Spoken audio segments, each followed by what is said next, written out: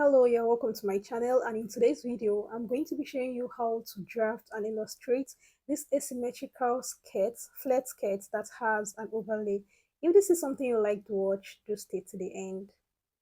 To get started, you're going to be needing some pattern paper. As you can see, I have mine and I'm going to be using a smaller size for this tutorial. Also, you're going to be folding your pattern paper into in form of a bias, as you can see me do, to give you that triangle effect. Now, I'm going to be leaving a link in the description box. In case you don't know how to cut a circle skirt, you need to watch this video first before you can go ahead to continue with this tutorial. Now, to get started, I'm going to go ahead to impute my skirt radius. If you watch that tutorial, then you are going to know how to do this. You are going to go ahead to impute your skirt radius for a half circle flared skirt. And after imputing my radius, I'm going to go ahead to mark out my skirt length, which is going to be the total length, as you can see me do. Now, on this particular pattern paper, I'm having my second layer, which is like the base of the skirt.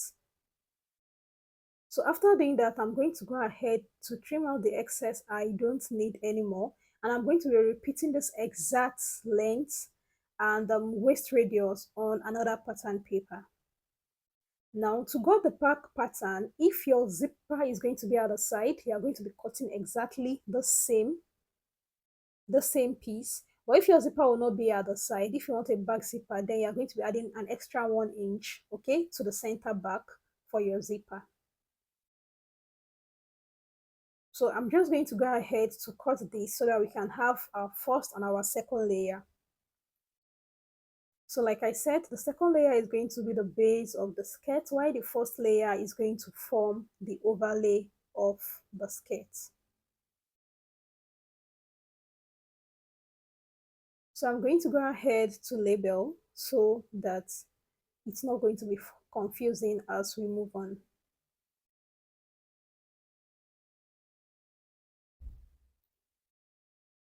So from this part now, I'm going to go ahead now to create my slash lines before I go ahead to make out my asymmetric curve. So what I'm going to do, you can see that crease line in the middle, that is the middle of the skirt. I'm just going to move to one end, either your right or left, depending on where you want to have your flare. I'm going to go ahead to divide, just fold my pattern into two, as you can see me do. And from that point, I'm going to be marking about 5 inches or half of the length you have there. Okay, now I'm just going to go up by about half inch again, as you can see. And what I'm trying to do here is to create the curve. So you can just go ahead and follow the curve like this. And if possible, you really don't need to use a certain measurement. Just try to get a high-low asymmetric curve. But take note that the other end, whatever curve you are making, it has to fit into the end of the skirt, as you can see me do. So that is our asymmetric curve. Yes, that's the curve that gives us the asymmetrical effect. So after doing that, I'm just going to go ahead to cut out the parts we don't need again. All right, we are not yet done, but we are making progress. So after doing that, I'm going to go ahead right now. You can see the way I folded it before. I'll go ahead to fold it again so that I can get equal crease line. Now, please, this part is really important, because if you don't have equal crease line at this part, what will happen when you are drafting on your other layer is that you might have your flare effect on different parts. So it's really important to fold your pattern paper, giving you that crease line. So you can see I went ahead to fold my second layer in the mid part, as you can see me do. Okay, then I went ahead to fold it again in the mid part to give me the same crease line, just like the first layer. So I'm going to go ahead to mark out the crease line just as seen,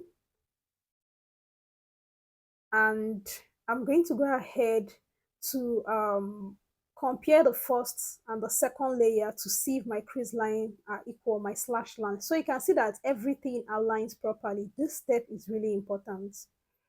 So after doing this, all we need to do now is to slash through these lines. Okay, we're going to be slashing through the lines of the first layer and through the lines of the second layer. You're going to slash very close to the tip, but not through.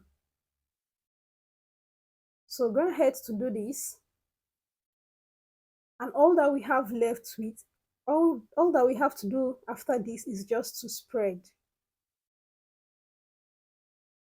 Okay, why I slash trace lines? If you've watched to this point and you are gaining value rather for this video, please don't forget to give me a thumbs up on this video. It really encourages me to do more and it supports the channel also. And if you are yet to subscribe to this channel, I really don't know why.